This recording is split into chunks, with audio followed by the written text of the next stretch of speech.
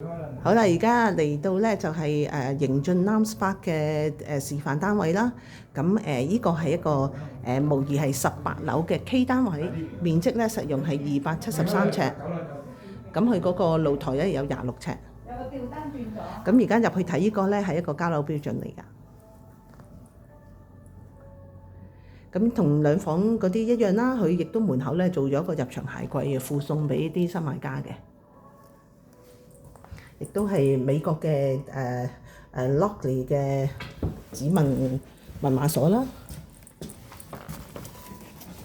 咁喺而雪櫃咧，佢就擺咗喺門後邊，一個雙門嘅雪櫃。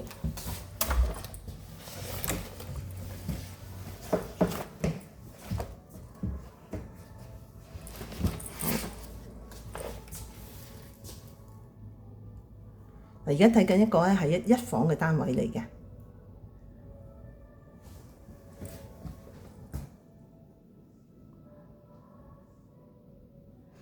咁一房單位咧，佢嗰個open kitchen 啦，就變咗個 pantry。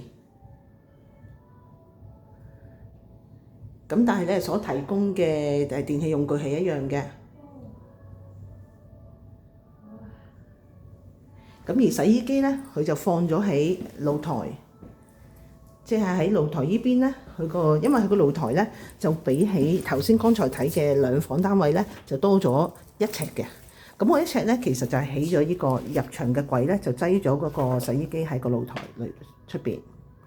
咁上邊呢層咧就擺咗一個擠雜物嘅架啦。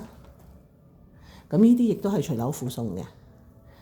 即係慳翻好多買家自己屋企裝修啊、度位做櫃啊嘅時間心機啦。咁而露台亦都係個冷氣機嘅分體機咧，就擺翻個露台側邊啦。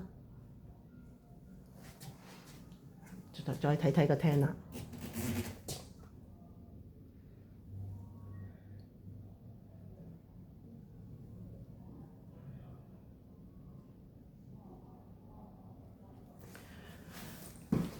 好，而家睇下究竟嗰個一房裏邊嗰個房係點樣啦。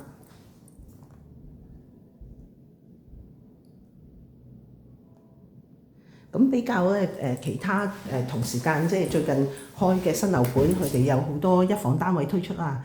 咁佢呢個一房嘅房間咧個面積都係好合格嘅，好標準嘅，即係唔講得話特別好大，但係亦都冇細。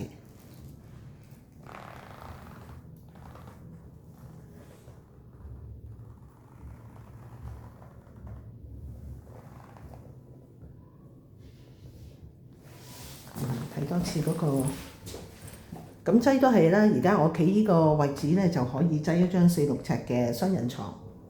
咁嗰邊咧，仲呢個牆嗰度再排一個3至到4尺嘅到高嘅衣櫃，咁都好足夠嘅。咁所用料咧，同剛才睇兩房嘅都係一樣啦，有歐洲嘅房門鎖啦，英國標準。咁好啦，而家又睇翻個洗手間啦。咁如果一房單位咧，佢個浴室咧就嚟講咧，就比起其他好多一房嘅新樓盤，而家同時間推出嘅咧，佢哋都比較寬敞㗎。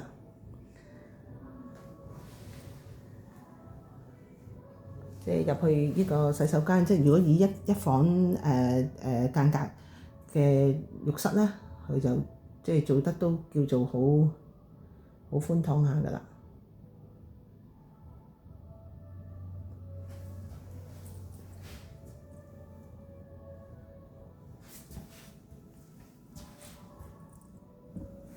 我而家睇多次個廳咯。